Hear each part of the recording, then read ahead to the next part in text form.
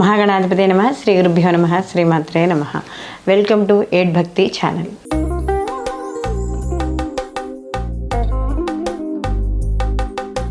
September 14 నుండి మనకి ఈ శుక్రుడు అలాగే కేతుల యొక్క కలయిక అనేది యుతి అనేది జరగబోతోంది. శుక్రుడు సెప్టెంబర్ 14న మనకి ఈ యొక్క సింహరాశిలోకి ప్రవేశించడం అనేది జరుగుతోంది.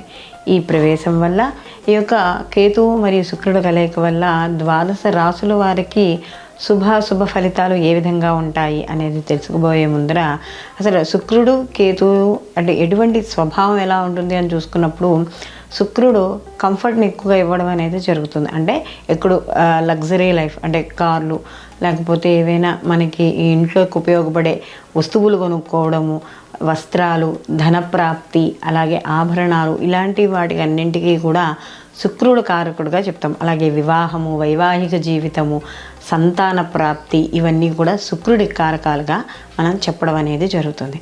అయితే ఇక్కడ ఏంటంటే ఎక్కువ కోరికలు వస్తూ ఉండడం, అంటే ఒక కోరిక తీరగానే ఇంకొక కోరిక పుట్టడం, అంటే ఏదైనా సరే నిరంతరము కూడా సౌఖ్యాన్ని కోరుకుంటాడు శుక్రుడు. అయితే దీనికి మనకి ఏదైతే శుక్రుడు కోరుకుంటారో దానికి పూర్తి విరుద్ధంగా ఉండడం ఉంటుంది కేతువుది.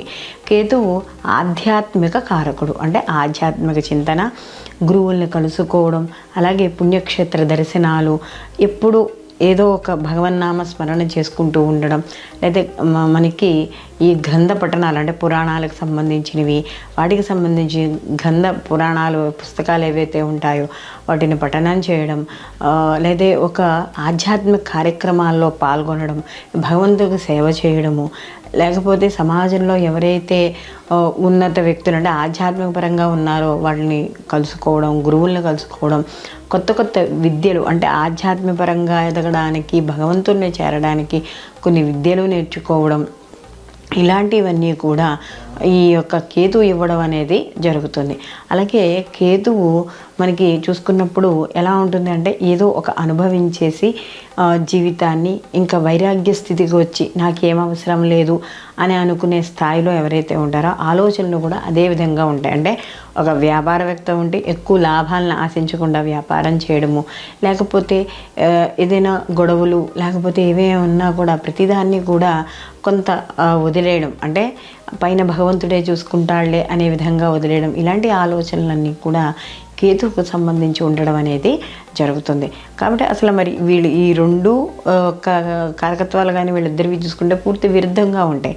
మరి ఇలాంటప్పుడు ఈ రెండు విరుద్ధమైన గ్రహాలు ఒకే చోట చేరినప్పుడు, అందులో సింహరాశిలో చేరినప్పుడు ఏ విధంగా ఉంటాయి అనే విషయాన్ని, అలాగే ద్వాదశ రాశుల వారికి ఎటువంటి శుభ ఫలితాలు ఉంటాయి అనే విషయాన్ని కూడా ఇప్పుడు మనం తెలుసుకుందాం. మకర రాశి వాళ్ళకి యొక్క శుక్రకేతుల యొక్క కలయిక అనేది అష్టమ స్థానంలో ఏర్పడుతుంది. సహజంగా అష్టమ స్థానం అనేటప్పటికీ కాస్త కొంచెం ఇబ్బందులు అనేవి కనబడుతూ ఉంటాయి. అయితే ఇక్కడ శుక్రుడు శుభ ఫలితాలను ఇస్తున్నా కూడా ఇక్కడ కేతువు కొంత ఫలితాలను అడ్డగొట్టడం అనేది జరుగుతుంది. అంటే 100% మనం కష్టపడితే దాంట్లో ఒక 50% రిజల్టే రావడం అనేది జరుగుతుంది. అంటే బంధువుల్ని మిత్రుల్ని కలుసుకుంటారు, ఆనందంగా గడుపుతారు. కానీ అక్కడ ఏదో అనుకోకుండా మనకు తెలియని ఒక మాట ద్వారా ఒక తెలియని విషయాన్ని వదిలేయడము, అంటే మాట మాట్లాడడము, లేదా అతిగా కాస్త సంభాషణలు చేయడము, లేకపోతే చేసే పనిలో శ్రద్ధ లేకపోవడము, వీటి వల్ల అయినా సరే కొన్ని ఇబ్బందులు లేదా మాటలు పడే అవకాశం అనేది కనబడుతుంది. కాబట్టి ఇలాంటి విషయాల్లో జాగ్రత్తగా ఉండాలి. అలాగే ముఖ్యంగా ఇక్కడ చూసుకున్నప్పుడు మనకి ఈ ప్రభుత్వ రంగంలో ఎవరైనా పనిచేస్తున్నా, లేదా ప్రభుత్వానికి దగ్గరలో అతి దగ్గరగా ఉన్నవాళ్ళు ఎవరైనా సరే సమాజపరంగా మంచి వ్యక్తుల్ని కలుసుకోవడం, లేదా ప్రభుత్వ పరంగా ఉన్న వ్యక్తుల్ని కలుసుకోవడం, రాజకీయ నాయకులను కలుసుకోవడం, ఇలాంటివి కూడా ఏర్పడతాయి. అలాగే ఇక్కడ ధనపరంగా చూసుకున్నప్పుడు ఇక్కడ కేతు అష్టమ స్థానంలో ఉన్నా కూడా కొంత ఈ యొక్క అష్టమ స్థానం యొక్క ప్రభావం ఏదైతే ఉందో అది కొంత తగ్గడం అనేది జరుగుతుంది. అంటే కొంత పర్మిషన్ల ద్వారా ఒకవేళ పోలీస్ స్టేషన్కి వెళ్ళడం రావడం అలాంటివి వచ్చినా, అలాంటి వాటి దగ్గరికి వెళ్ళినా కూడా మళ్ళీ తప్పు కాదని కేసు కొట్టేసి మళ్ళీ వెనక్కి రావడం, అంటే కాస్త అక్కడ అష్టమ స్థానం ప్రభావం చూపెడుతుంది, మళ్ళీ వెనక్కి లాగేసుకుంటుంది. అంటే కాస్త ఇబ్బందికరమైన వాతావరణాన్ని ఏర్పరుస్తుంది, మళ్ళీ వెనక్కి తీసేసుకుంటుంది. కాబట్టి ఇవి పెద్దగా అంత మనసుకి బాధింపవు.